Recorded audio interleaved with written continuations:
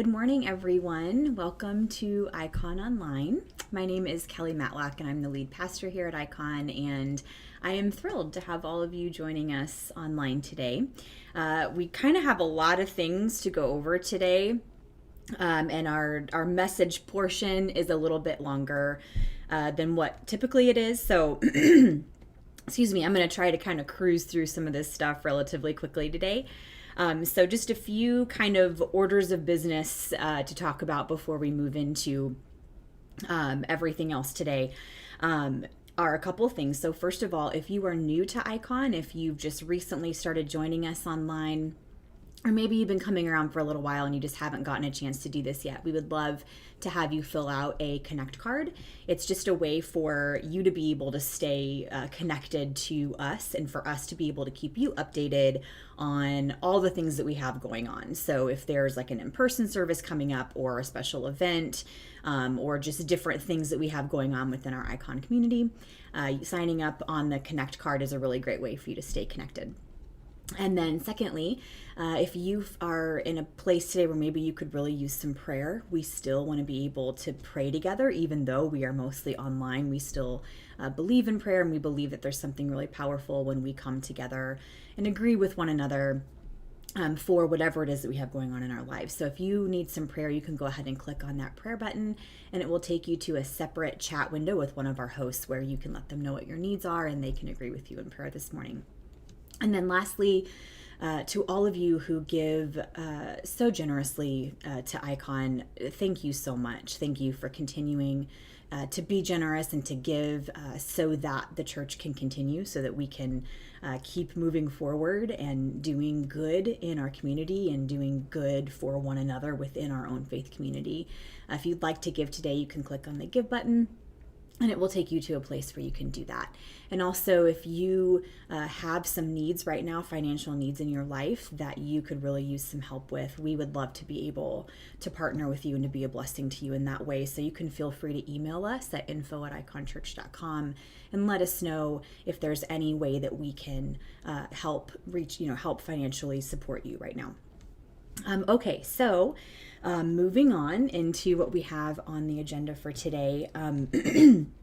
Excuse me, I'm going to take a sip of water really quick because I'm taking a drink out of Dan's water bottle where he lugs this around everywhere with him, and it's kind of obnoxious, but right now I'm grateful that he's got it. So, okay. All right. So as we all know, today is Father's Day. So happy Father's Day to all of our dads out there. But Father's Day, just like Mother's Day, can be kind of a complicated day for a lot of people.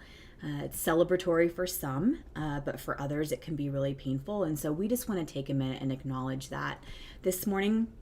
To all of you who maybe today is less than celebratory, maybe today is a painful reminder of what you don't have or what you wish you had, or of some loss that you're facing. To all of you who have lost your dad, to those who have a strained relationship with your dad, or to dads who maybe have lost children, who have a strained relationship with your children. For those of you who long to be fathers, but for one reason or another, that just hasn't happened for you yet. We just want you to know that we stand with you and we grieve with you and we are here with you, and we want to recognize and honor that. And I just want to say that wherever you're at today is okay, and it's okay to take care of yourself today and be gentle with yourself. And to all of those who celebrate today, we celebrate with you. And I think we could all say that we are all grateful for the ways in which we have been loved and taken care of by both our fathers and for those father figures in our lives who have made such an impact on us. So to all of the dads and to really all of the men today, we just honor you and we celebrate you, and we're just so grateful for every single one of you. Okay, so here in a second, we're going to move into worship, and then it's going to go straight from worship into, we actually did a recorded conversation that we're going to play for you today. And the topic that we're talking about today, it's something that every single one of us can relate to because it's something that is a universal experience for all humans, and that is the topic of shame. Shame is something that every single human experiences to one degree or another at one time in our lives. And shame is one of those emotions that really has this ability to keep us bound. And I think that it's something that we don't often acknowledge. Sometimes it's hard to talk about shame because of what shame is and what it does, and it wants us to not talk about it and to silence it. And so, even for me personally, I've spent a lot of years undoing the damage that shame has done to me. And I know I'm not alone in this. I know that many of you have experienced that as well. And so today we're going to talk about it. And I asked my friend Nicole to join me, and we had a conversation about our own lived experiences when it comes to shame, and some tools and some ways that we have learned how to set ourselves free from the confines of shame and are able to live a more free and loving and full life. And so now we're going to go into worship with Arlene. And so you can take a few minutes to just kind of center yourself, to focus on God, to allow the Spirit to speak to you and to be present with you. And then we'll move straight from that into our conversation. And then after the conversation, stick around, because we're going to come back here afterwards with a few closing announcements and things that we want to share with you. So let's go ahead and go into a time of worship, and then we will join in the conversation, and I will see you back here in a little bit.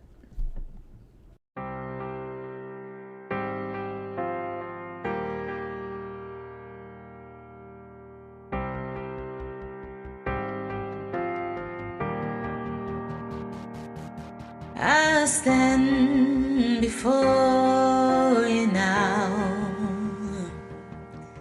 the greatness of your renown. I have heard of the majesty and wonder of you, King of heaven. In humility I bow as your love in wave after wave crashes over me, crashes over me. For you are for us, you are not against us. Champion of heaven, you made a way for all to enter in.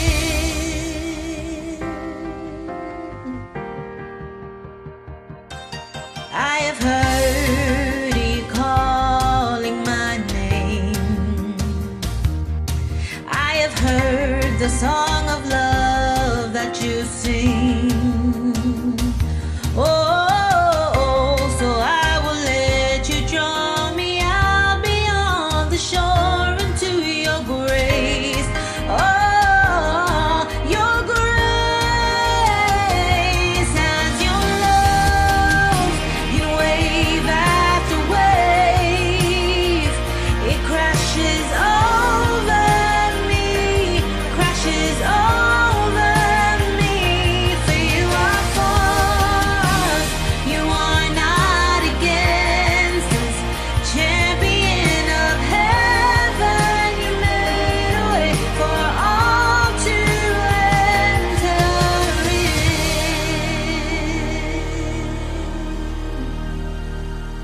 And you make me brave, you make me brave.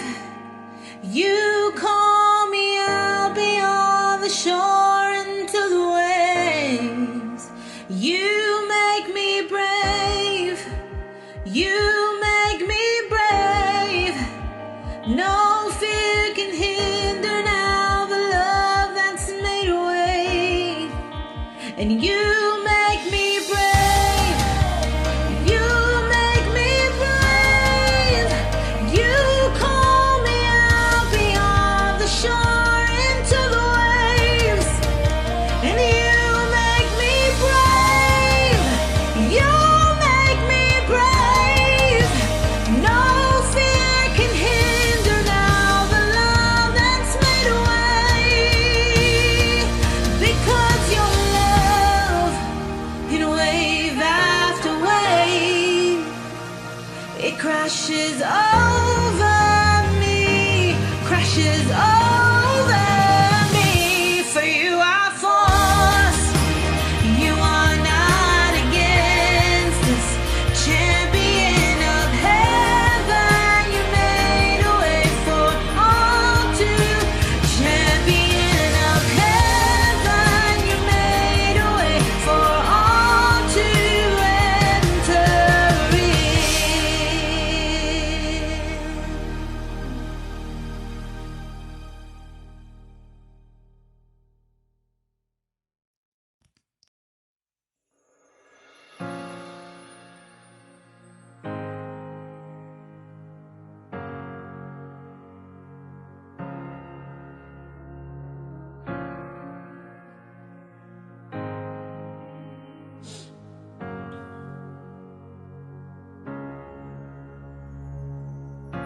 There's no shadow you won't light up, mountain you won't climb up, coming after me. There's no wall you won't kick down, lie you won't tear down, coming after me. There's no shadow you won't light up, mountain you won't climb up, coming after me. There's no wall you won't kick down, lie you won't tear down, coming after me. Oh, the overwhelming, never-ending, reckless love of God. Oh, it chases me down, fights till I'm found, leaves the 99. I couldn't earn it, I don't deserve it, still you give yourself away. Oh, the overwhelming, never-ending, reckless love of God.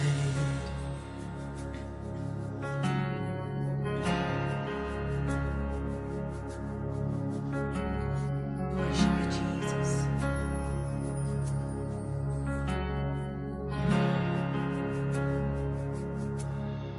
Oh, what a Savior! Isn't He wonderful? Sing hallelujah! Christ is risen. Bow down before Him, for He is Lord of all. Sing hallelujah, Christ is risen. Oh, what a Savior! Isn't He wonderful? Sing hallelujah.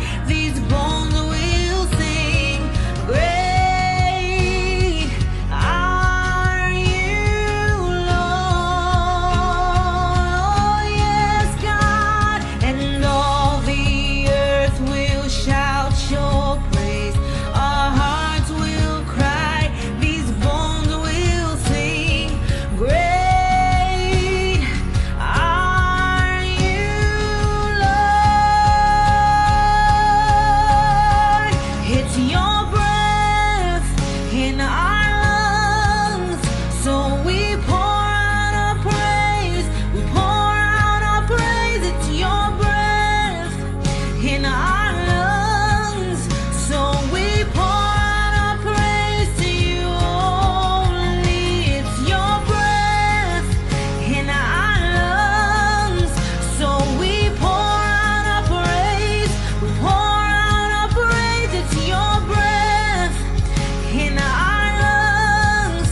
So we pour out our praise to you only. And all the earth will shout your praise. Our hearts will cry. These bones will sing. Great are you, Lord. And all the earth sings. And all the earth will shout your praise. Our hearts will cry. These bones will sing. Great are you, Lord. It's your breath in our lungs. So we pour out our praise. We pour out our praise. It's your breath in our lungs. So we pour out our praise. We pour out our praise. It's your breath in our lungs. Yeah. So we pour out our praise. We pour out our praise. It's your breath in our lungs. So we pour out our praise. We pour out our praise to you only.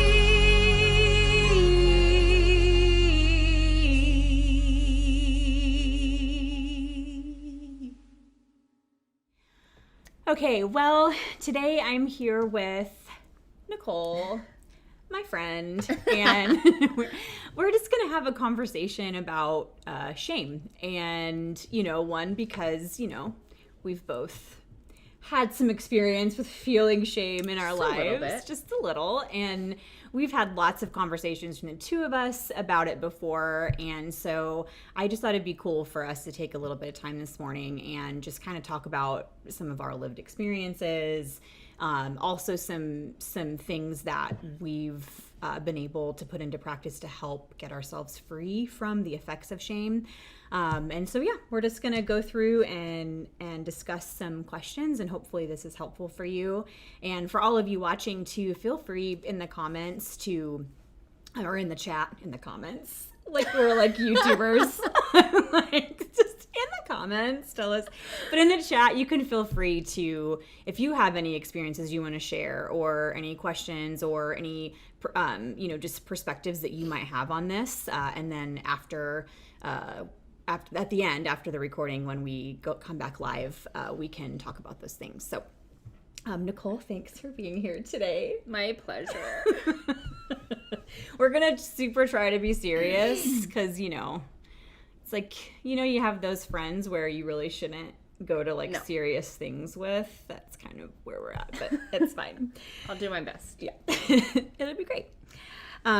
Okay, so first I thought maybe we could each take a few minutes and just talk about some of our own personal experiences with shame, like times in our life that we have felt shame, maybe what that shame was around, and just to talk about the effects of that and how that can negatively impact our life when we feel that. So, Cool. would you like to go first? Sure. Okay. My experience with shame. I mean, I feel like I've experienced shame on a ton of levels.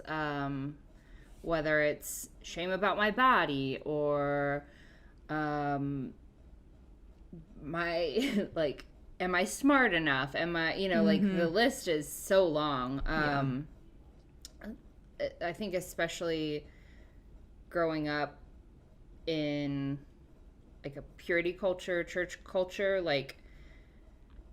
shame about my thoughts, which is kind of crazy because it wouldn't be things that I was thinking overly thinking on or anything. Just like a thought would come in and it would just like totally derail. Like I'm a horrible person, you know? And it's just like, what? Yeah. So.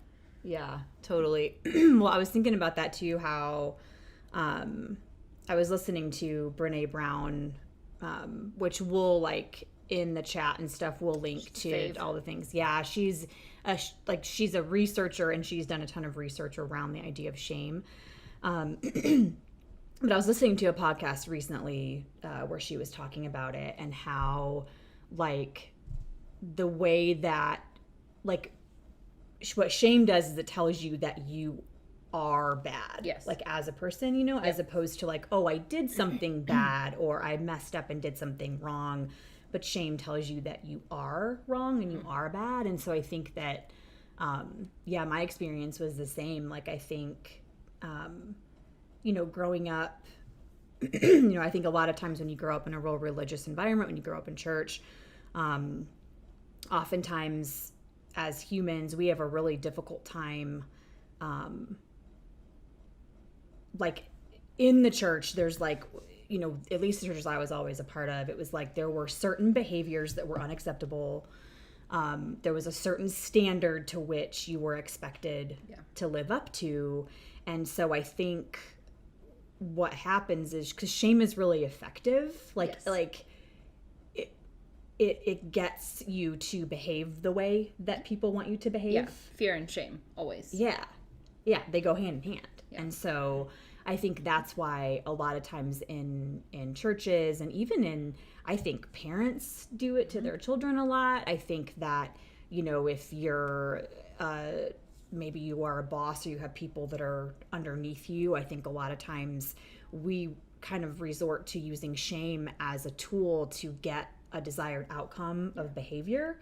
But the problem is like what that does is you might for a time get the desired behavior that you want, but the damage that's happening to a person's soul in the process, and I can remember, it was like I no longer knew how to separate I did something bad and I am bad. Yes. Like that was the messaging that I remember getting for most of my life from church spaces was that, you are a terrible, horrible, dirty sinner. and you you have to not do these certain things in order to be accepted by God. And so, but what that does is it's like, I could no longer separate those things. It was like, oh, I had this thought or I did this thing or I whatever, and it was suddenly no longer, oh, I did something that was wrong, but it was, I am wrong. I'm a bad Christian. I'm a bad person, and so, it was like, I don't think I realized how much it really controlled my life until more recently. I think as I started to deconstruct some of those ideologies and those things, started to realize how detrimental it had actually been, to me. I think I lived at least 25 years in a shame spiral for sure. And that's what I think shame does, is it just keeps you on this loop. Because you can't move forward when you're bad. Like when you think that everything about you is wrong, how do you move forward from that? And when your belief, or at least my belief of God was that I have to do all of these things, but I can't ever nail it. I'm always like missing the mark. And yes, but there's Jesus, but then I'm still missing the mark, even if I know Jesus. It was like, I can't win. And if I can't win, then screw it. I keep messing up and then I feel bad, and it's meant to keep you there. Yeah. Yeah. It's also, I was thinking about this just this morning too, is how dehumanizing shame is. Because it there are things that, I would think or that I would do, or I would have these emotions, or I would, feel certain ways, and all of it was in reality just part of the human experience. It's just part of being human. But I think there were a lot of ways in which it was almost like the expectation was to be superhuman, especially And obviously today we're going to really focus on the context of being in the church, because this is a church, and that's just kind of what, that's what we're talking about today. But I think the expectation that I always got was, it was like you were supposed to be this pure, holy, set apart, do everything you could to not sin. Yeah. And that was how you were a good Christian. And so what that did was it removed my humanity, and it made me feel shame around things that were just part of the human experience. Particularly as a teenager or a young adult, it was like purity culture, and like, don't even, sex is dirty, bad, ugly, gross. Don't ever think about it. So it was like, if I ever had a desire for that, or was attracted to someone, or wanted to make out with someone, or like anything like that, God forbid, in that moment, it was like, that was a very human response, a very human emotion and feeling. But then because of the messaging I was that was bad, that was evil, like, you can't do that, you're going to cause people to stumble, cover up your body because you have to protect the boys, and I think because of that, it removed my humanity, and I felt very dehumanized. And I didn't, like, up until recently, it was like I kind of had to learn how to embrace my full humanity, because I feel like that was something that was separated from me for such a long time. Yeah. I think it's not only dehumanizing, but it's also, you become very disembodied. I did. Yeah. You can't be in your body because your body is bad. Mm-hmm. Like, because it's either causing you to stumble or causing someone else to stumble, you can't. So it's like, well, then I'm just going to detach from all of it, Right. And, which in and of itself, you can ignore physical pain that you're in because of it. You can, it's just like so many things become broken because of shame. Yeah. Yeah. It's just so, like, insidious, Yes. Because I think sometimes too, it's we sometimes don't fully understand how to name it. And I think until we name it, you won't be able to actually kind of move beyond it, and sometimes we conflate feeling guilty for something, with shame. And I think there's a difference between, again, guilt says, oh, I did something wrong. Yeah. And shame says, you are wrong as a person, Like, guilt is a tool. Like, for me, at least now, I'm able to recognize, like, oh, I did this thing. I don't like how it made me feel or how I made someone else feel. Mm-hmm. And then it's like just a check of like, okay, let me just reevaluate. Shame is a prison. Like, you're just there. And you're,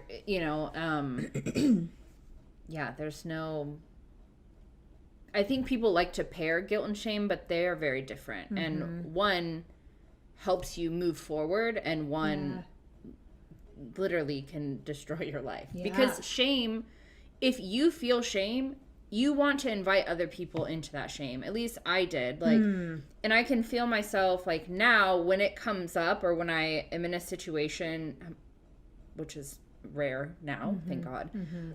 But I can look back at things that I've done in the past, and out of my own shame, I shamed other people, because you have to pull people in, because it's like such this heavy, like, painful thing that it's like, well, if I have to sit at the table with this thing, I want everybody else to sit there with me. Yeah, it's almost, it's like you don't want to be in it alone, because it feels terrible. And so I think sometimes too, it's like we kind of put up this defense mechanism of wanting to deflect that shame off of ourselves. So it's like, well, if we can make somebody else feel, well, look what they did. Then it takes the attention off of us and what we have done, and maybe helps alleviate a little bit of that feeling of that shame, because it really is. It definitely is a prison. It really, really is. Brene Brown, she gives the definition of shame, which it's kind of like based on her, decades of research. They kind of compiled this definition, and She says that shame is the intensely painful feeling or experience of believing that we are flawed and therefore unworthy of love, belonging, and connection. But then what's interesting is that she talks about how we are all wired for connection, love, and belonging. So when we have this feeling that we are unworthy of the very thing that we're wired for, I was like, when I first heard that, I was like, oh, like that really is why shame is so destructive, is that it's telling us that we are inherently unworthy of things that we actually were wired for from the beginning. Right. You And know? it's so opposite of the gospel, you know? Yeah. But yet, it's so intertwined in most church cultures that I've experienced, you know? Why do you think that is? Why do you think that that there's so, like, that we find that churches can be such a breeding ground for shame? What do you think? Because I don't want to sit on here and say that every single Christian or every single pastor or church is intentionally trying to fill people with shame. Yeah. I don't think that was necessarily the intent. I think sometimes it is. Sure. So why do you think that churches can be such a breeding ground for shame? Yeah, I mean, I definitely don't think it's the intention. And when I can look back at like different organizations or things that I was a part of in the church world, I am now having some more grace about it. I think towards the beginning it was just angry, but I'm starting to see that like I said earlier, when you feel shame, I think it's almost natural to pull other people into that. And so if you're given this narrative that God is this guy in the sky that is pretty much angry with your existence all the time, you know, if that's what you're given, that automatically disconnects you from worthiness and from love and from community and connection. Yeah. So if that's the case, then you're living in shame, and the God that is supposed to love you is actually just giving you shame, you know? Yeah. And so, which from my experience in that like culture, and not all my church experience has been that, but the ones that I've seen or been a part of, I think when that's your understanding of God, then it's almost just a natural response to instead of inviting people into love and being human and making mistakes, to shame them, because it keeps you there. It's almost why you're there, because well, if I can just maybe be good enough, then God will love me, you know? And but then you tell these people, you're not good enough. You know, it's like the chain of like, okay, if I'm not good enough, you somehow heard that from God. So then you're going to tell the people that they're not good enough, you know, which is like it's not true. Yeah. It's not true. We talked about this last week. Like, everyone is beloved and so loved inherently. Like that is just who we are, as we are so loved. And I think too, like, and again, when your framework and your starting point is that you are terrible, horrible, no good, and God is holy and righteous and pure and can't stand to be around you. Yes. So that God had to, you know, kill Jesus so that God could handle being near you. When that's our framework, and we focus so much on this idea of us being just sinful and gross and dirty and terrible, when that's our starting point, and then it's almost like, I think what happens is, in our human minds, the only way we can get beyond that is to change our behavior, to have like a behavior that lines up with what's considered good and righteous and pure behavior. And so I think a lot of times we use shame as a means of control. I think the church is trying to control people's behavior. And so if we can make people feel bad enough about the things they're doing that we think aren't lining up with whatever they should be doing as a Christian, and if we can make them feel shame, I mean think about it, like when you were a kid, or like when I even think about parenting my own kids, if I really wanted to get my kids to like do what I want them to do, shame would be a very effective way of doing that. Like I could shame my children, and I could do it in a way to where they wouldn't even necessarily know they were being shamed, but I could make them feel so bad that I could get the desired behavior for a time. But then what I'm doing is I'm robbing them of their humanity and dehumanizing them, and I'm not allowing them to like grow into these human beings capable of analyzing their emotions and moving through their emotions and making decisions that are healthy and whole, you know? And so I think sometimes that's it. It's like you said earlier, the fear and the shame. It's like we're afraid to let people be fully human because we're afraid of what might happen if we do. And so that starts the whole cycle, this whole like shame cycle, you know? Yeah. It's also kind of lazy, you know? Like, for lack of a better word, I guess. Because if... like, shame doesn't... there's no lesson in shame. There's nothing to learn there. Yeah. You know? It's like... and instead, it's much better to have, like, a conversation with your kid or your spouse or whoever. Because I can think back, too, just in, like, friendships and relationships of, like...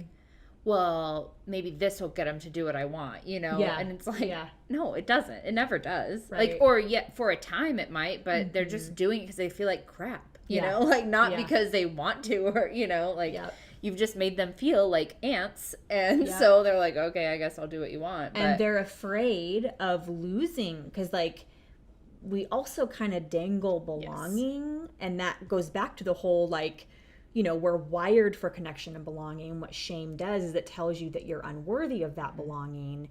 But what we like to do is we like to dangle that belonging and say, yeah, you're unworthy of this belonging unless you change your behavior. Or if you do this differently, then, you know, and so it's like, because we're so afraid of losing our belonging, it's like, whatever shame is being put on us, we take that and we then try to like change our behavior so that we don't lose that connection, you know? Yeah, I remember recently had like this experience of where, and you know, and we're gonna, in a second, I want us to talk a little bit about some ways that we've learned how to move through that shame and like use other tools that are actually helpful and healthy. But because I've done so much work around this over the past few years, it's been a while since I've like felt shame. And then recently I had an experience where I, you know, made some decisions that I was kind of second guessing. And I, you know, I made the best decision I knew to make with what I had in front of me in that moment. But then on the other side of it, just felt like, oh my gosh, I didn't want anybody to know the decision that I had made, which was so weird. Like, I didn't want to tell you. I didn't want to tell any of my other closest friends. I didn't want to, like, it was like, but which is so ridiculous because, like, I know that I don't have to be afraid to, like, tell the people that love me these things. And I was actually talking to Dan about it, and he goes, he's like, I think, like, what you're telling me right now, I think what you're feeling is shame. And I was like, oh my gosh, you're right. Like, I realized that I hadn't felt that in so long, and shame was telling me that you are bad. You didn't, not just that you made a bad decision, but it was like, you're a bad parent, you're a bad person, you're a bad Christian, you're a bad pastor. And yeah, it fell so heavy on me, and I stopped and went, you know what, you're right. And I'm like, and what I'm feeling right now doesn't feel like love. This doesn't feel like what love would say or do. And so I, in that moment, was like, yeah, that's what I'm feeling. I'm feeling shame, you know? Yeah. It's very freeing once you become aware of what it feels like in your body to feel shame, Yeah. what it feels like to not feel shame, you know, because I think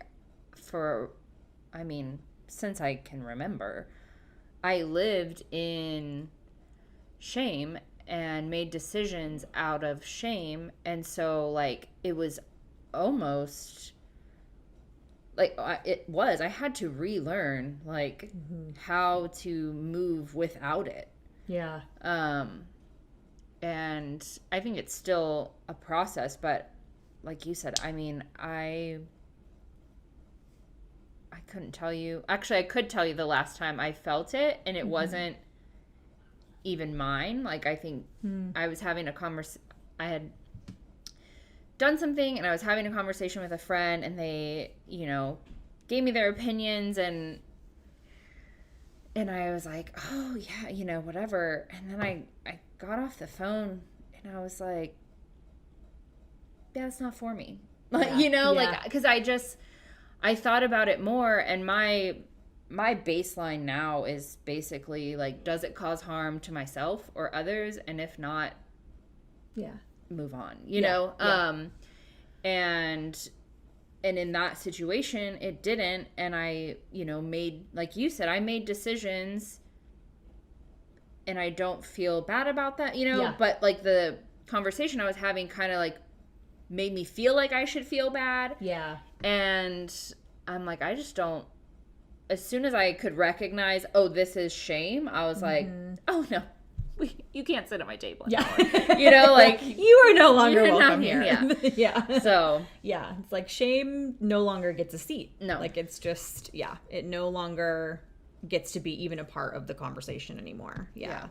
And, you know, you kind of talked a little bit about, but I'd love now to talk about maybe a little bit more. What are some things that you've done to kind of set yourself free from that? Or like you talked a little bit about noticing how you feel in your body. Like, can you talk a little bit about that, about like what's your process for, first of all, for being able to recognize and name what it is, and then what are some things maybe that you do to help move yourself through that, you know, to get out on the other side of it?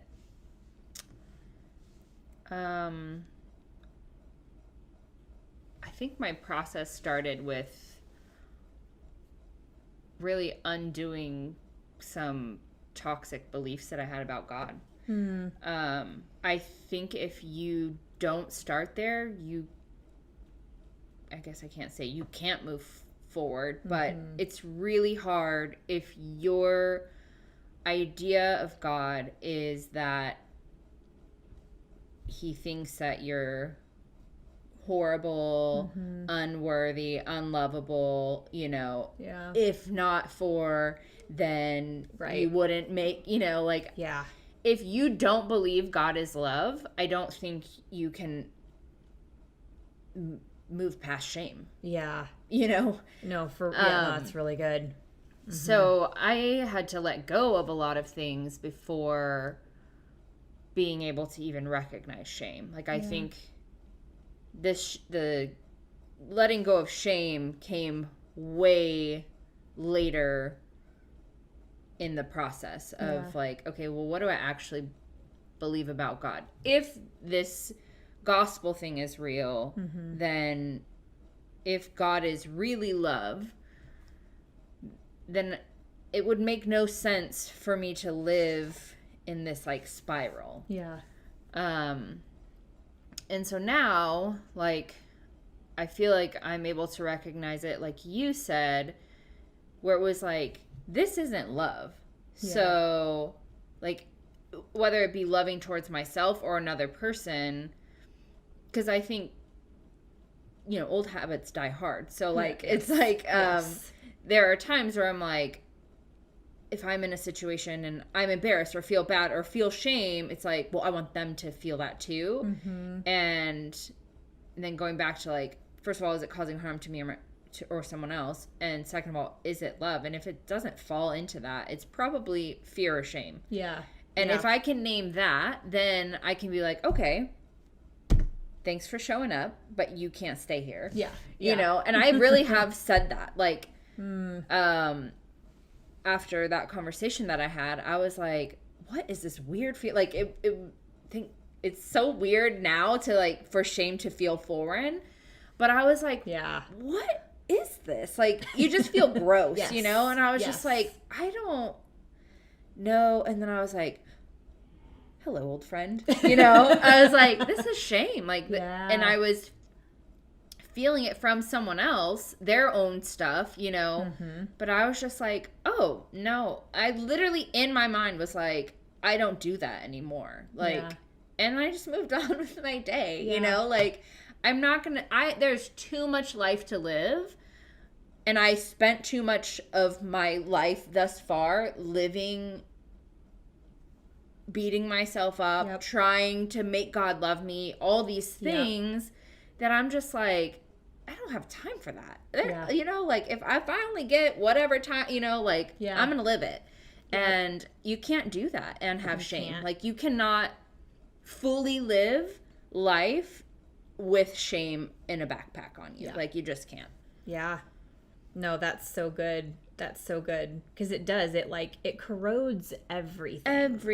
Everything. And it, and even like, and you know, and I'm not saying like, when I talk about, even when you were saying how the way that we see God is kind of the start of it, especially in a church kind of Christian context, is like, if, you know, if the things that were, because for myself, most of the things that I felt shame over were things that I was taught were unacceptable if I was going to be a Christian, you know? And so, but I think, I mean, reframing the way that we see God and then recognizing that it really does corrode everything. Like it, in the long run, like, it may be effective for a little while, but in the long run, I mean, I think shame breeds violence. Like it's, you know, it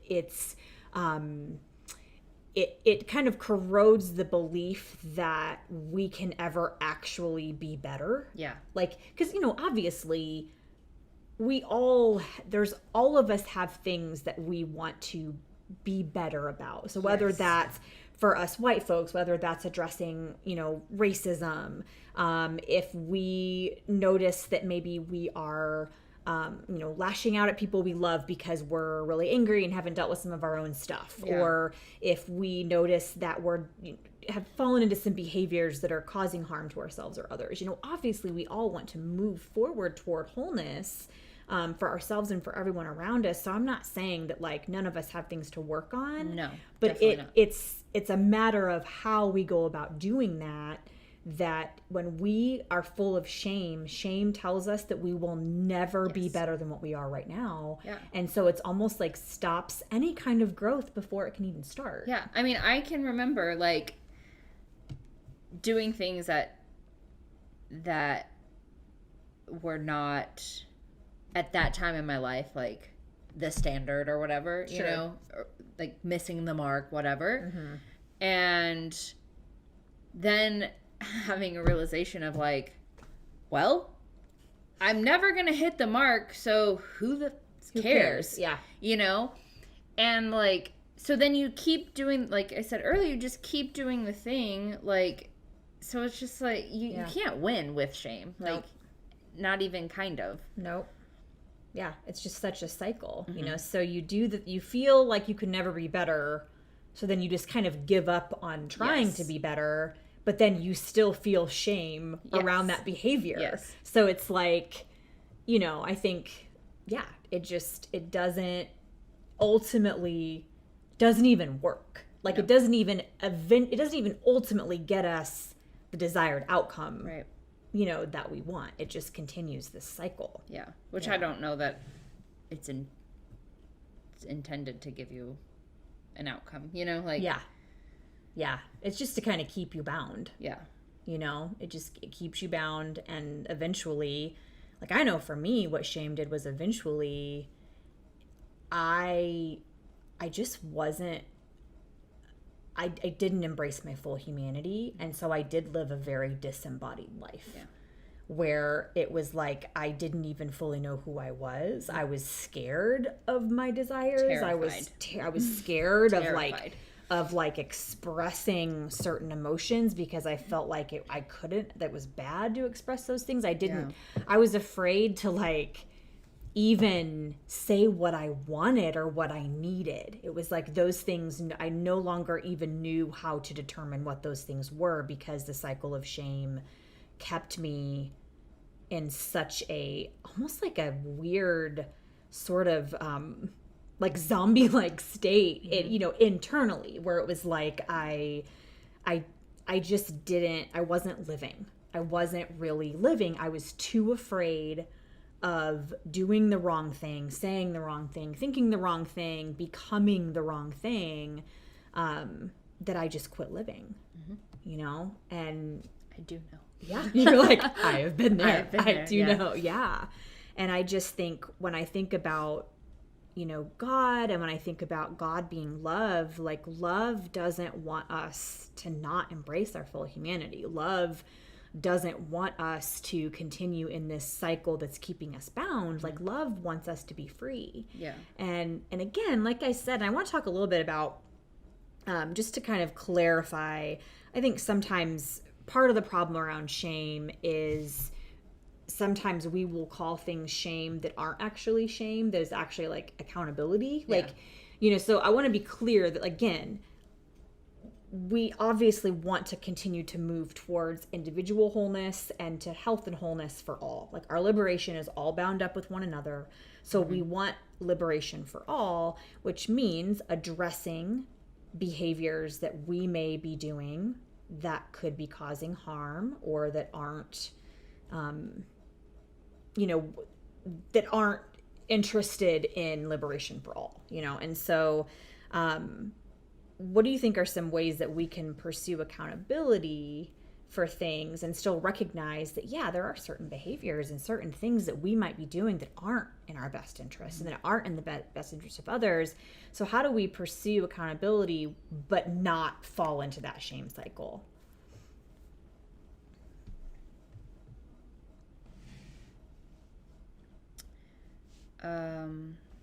I think having people in your life that can be honest with you, but also come from a place of love.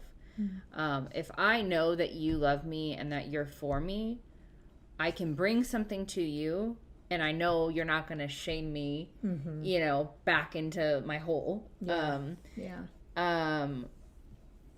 And I think too, like, there is a difference of, again, guilt and shame. Like, if you have harmed someone and they tell you, hey, you have caused harm to me, you can't be like, you're shaming me. Yeah. Like, Yeah.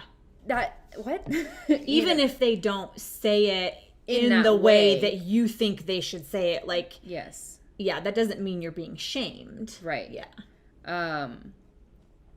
And I think you can move forward through, like, okay, I did this.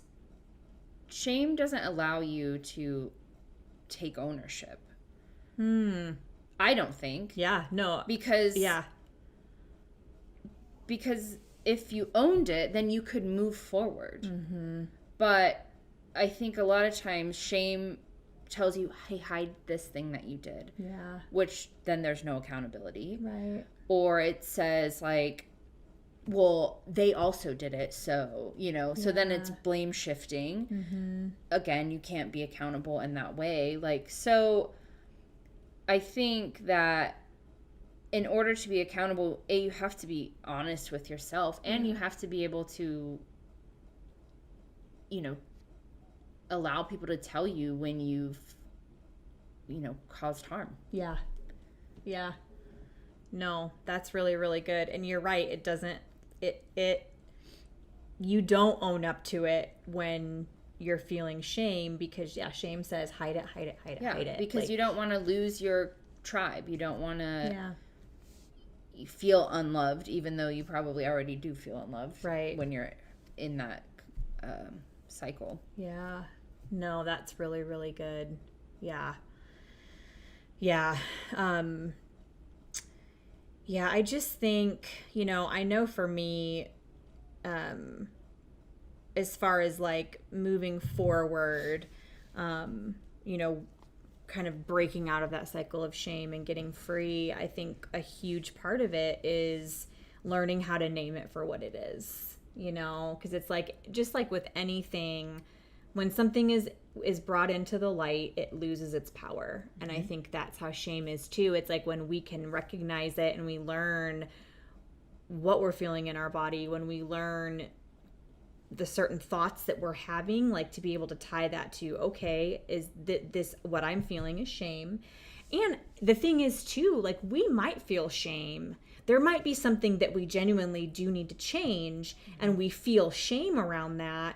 So then I think the answer isn't to just say, oh, well, that's shame, so that means that thing that I did, like, I don't have to worry about it. It's Right. like, no, we can teach ourselves how to move through shame to go, okay, so I did something that caused harm. I did something that I would say is wrong. Or that I wouldn't want to do again. Yeah, but that doesn't mean I am wrong or I Right. am bad or that I am irredeemable, or because again, shame tells us that we can never be better, Right. And so I think learning how to recognize it and name it for what it is helps you to be able to move forward beyond that, and I love what you said when you're like, hello, old friend. Yeah. You can't sit here. Yeah. Like you are no longer welcome at the table. But I think when we start to feel it, don't let that pile more shame. Where we're like, oh my Right. God, I'm feeling shame again, But I think going, okay, I don't like this. This is shame. So how can I move forward out of the shame and still be held accountable, still make amends for what I did, but know that that has nothing to do with who I am as a person, Yeah. And not attaching our behavior to our personhood and our belovedness and our belonging. I think the more that I have come to understand it and like feeling it, I don't know, it's just the bounce back of just like is so like I don't know. Do you feel like you bounce back quicker from it now It's than crazy. you used to? Like I'm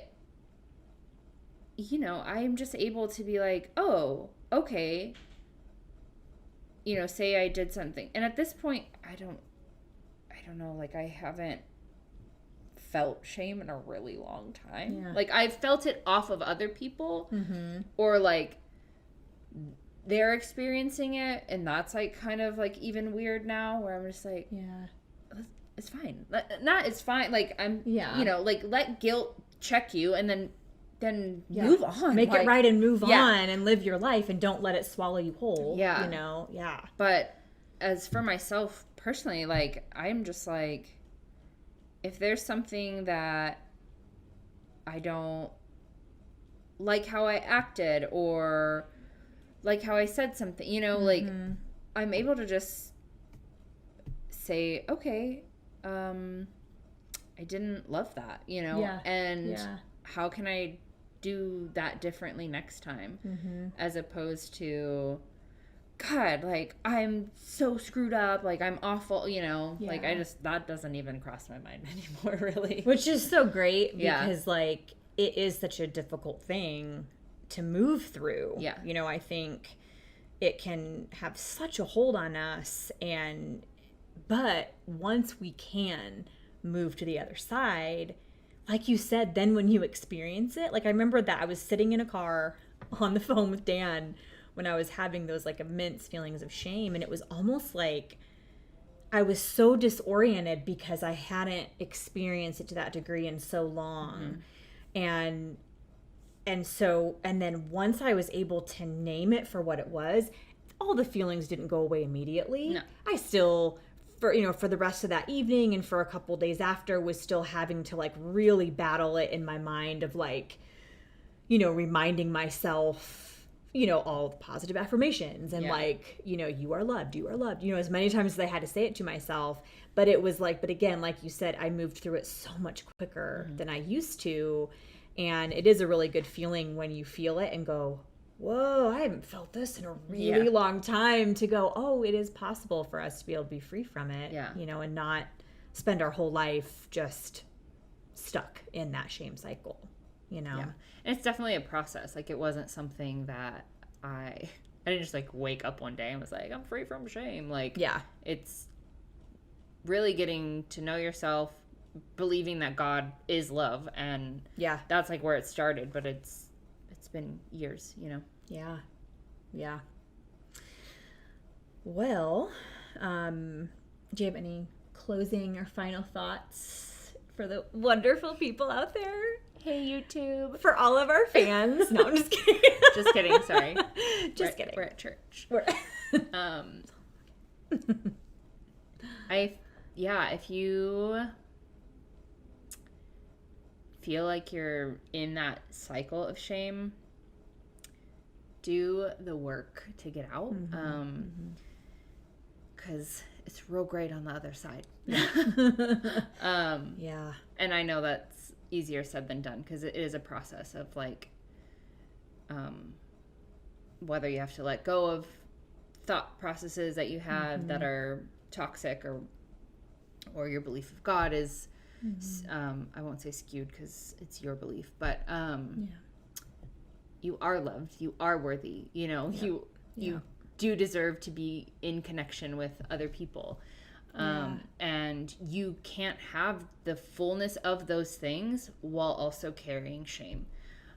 So I would say, if you feel those things, disconnected, unloved, unworthy, then see what you need to let go of. Because God's not asking you to carry that.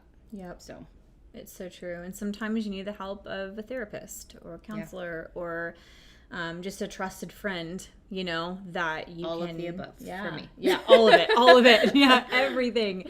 And whatever your spiritual practices look like, you know, sometimes meditation and prayer or whatever it is, you know, can help. And yeah, I just think it's worth it. It's worth it to move through it. And we've got to, you know, because if shame it will destroy you internally. You will not live into the fullness of who you are, and you will not embrace your full humanity, you know, when we are bound by shame. Yeah, and just another side thing. You also don't get to enjoy the people around you when you view life through the lens of shame. Yeah. I enjoy people much more. Like, I'm still an introvert. I don't necessarily love being around people, but I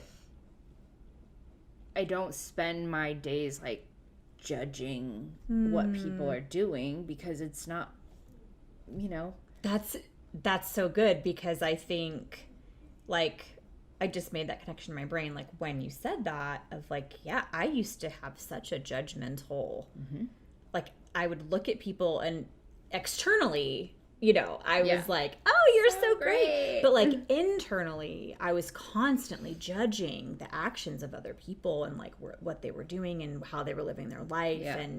And now that I, like, when you said that, I'm like, oh yeah, of course I did. Because I was so consumed and bound by shame that how else, like, if you live in shame and you think that you are terrible and horrible all the time, like you said, your natural response is to like bring other people into that. So yeah, it was like I wasn't able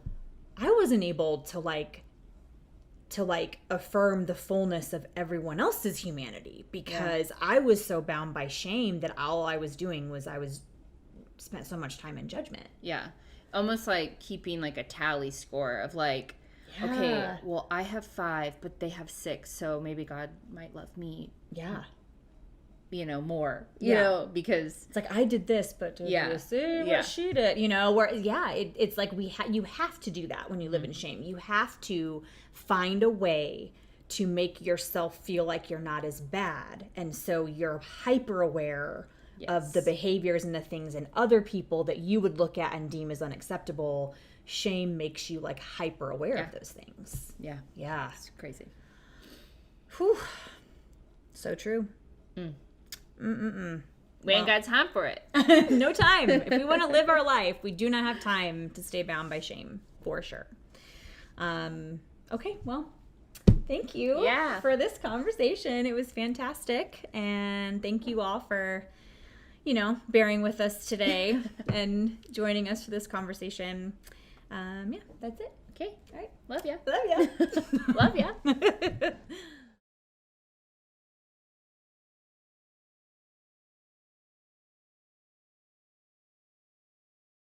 Hey guys. Hey. On today's YouTube. What's up, guys? Welcome to my channel. We're gonna teach you how to make bread. Smash that like button. Leave us the Subscribe comment at the top. Subscribe. We're the Shame Sisters. Sisters. Sisters. Tell me more about shame. You're like, can I sit like this? It's like, I'm just gonna move every time you ask me a question. I'm gonna move. Until you end up doing a full 360. Shame sisters. Shame Sisters. Oh my gosh. I had no idea. Dan totally secretly did that without me knowing. So that, oh my gosh. Sorry you all had to be subjected to that. I'm like, did that kill the moment? Did that kill the seriousness of the shame convo? I don't know. Anyway. What can I say? We have a lot of fun. So, I really did love that conversation, and I have been just captivated by everyone's comments, and everything everyone is saying is just so good. I think it's clear by the comments too that, like, obviously we all deal with shame, and it is so destructive, and we all deal with it in different ways. And I would be remiss if I didn't also talk about, and some people mentioned it in the comments, but the ways in which people from marginalized communities carry the weight of shame. It's like shame on top of shame, for our LGBTQ siblings, for Black folks, for other people of color, the ways in which shame is compiled in their lives in just such a profound way. And it's just something that is, it can really destroy us and really keep us bound. And so, we just wanted to have that conversation just to kind of share our lived experience and to hopefully spark just some thoughts and some other conversation for all of you. And just that we would remember just to continue, naming shame for what it is and continue that fight to eliminate it from our lives, because, like Nicole said, it's like, you can't sit here. You are not welcome here at the table. Shame is not welcome at our table. And so, Jenny just said, she's like, we could do another several messages focusing on men, LGBTQ folks, etc. Absolutely. I even leaned over to Dan during it, and I was like, gosh, I feel like we should do like a part 2, part 3, and highlight other people's lived experiences. And we very well may do that, because I think it could be a really great conversation. But we only have about 5 minutes here until this is going to cut me off, I think. So just to kind of give you guys some resources along with this. So Brene Brown she's a fantastic leader in this space around shame and vulnerability and that kind of thing. And so really we linked her podcast in the chat. I think we got it on Facebook too. That's a specific episode of her podcast where she talks specifically about shame and accountability, and it's really good. She also has a section in her book, Daring. Oh, look, the green screen is making it look weird because the letters are in green. But Daring Greatly, she has a whole section in this book around shame and the damaging effects of it. And so I highly recommend that. And then She also has a podcast episode with Tarana Burke, who Tarana Burke is actually, she's a Black woman. She is the founder of the Me Too movement, and they have a really great conversation on the podcast. But they collaborated together and came up, wrote this, "You Are Your Best Thing." But it's full of a lot of stories of the Black experience. So for all of our, for all the Black folks watching today, it's really good because it kind of, it talks about the ways in which for Black folks, shame and vulnerability carries an extra damaging effect and an extra risk. And so just for all of you that are interested, I've started reading this and it's fantastic. And so this is another really great resource around that. And so, yeah, I just wanted to share those resources with you. And, you know, I'm really grateful for this conversation. I'm grateful for all of your perspectives and your thoughts in the chat. And, you know, to kind of end, you know, last week we talked about 1 John chapter 4, and there's just one kind of end thing that I want to leave you with.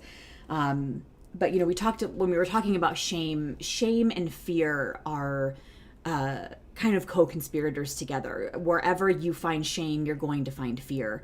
And in 1 John 4:18, it says this, it says, "Love will never invoke fear. Perfect love expels fear." And in some translations, it says, you know, there is no fear in love, that perfect love casts out all fear.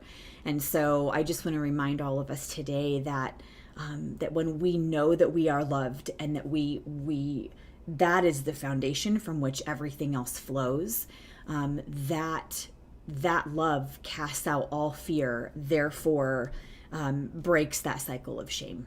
When we live in love and we know our belovedness and we fully affirm the belovedness of every other human being, shame is unable to thrive and survive in that kind of environment that's full of love. So everyone today, just go about your day and know that you are loved, and continue having conversations, naming the shame so that you can move beyond it.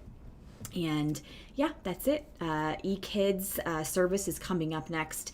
It's going to start at about 10:50. We pushed it back a little bit since today went a little long. But thank you all so much for being here today. I hope you have a fantastic Sunday.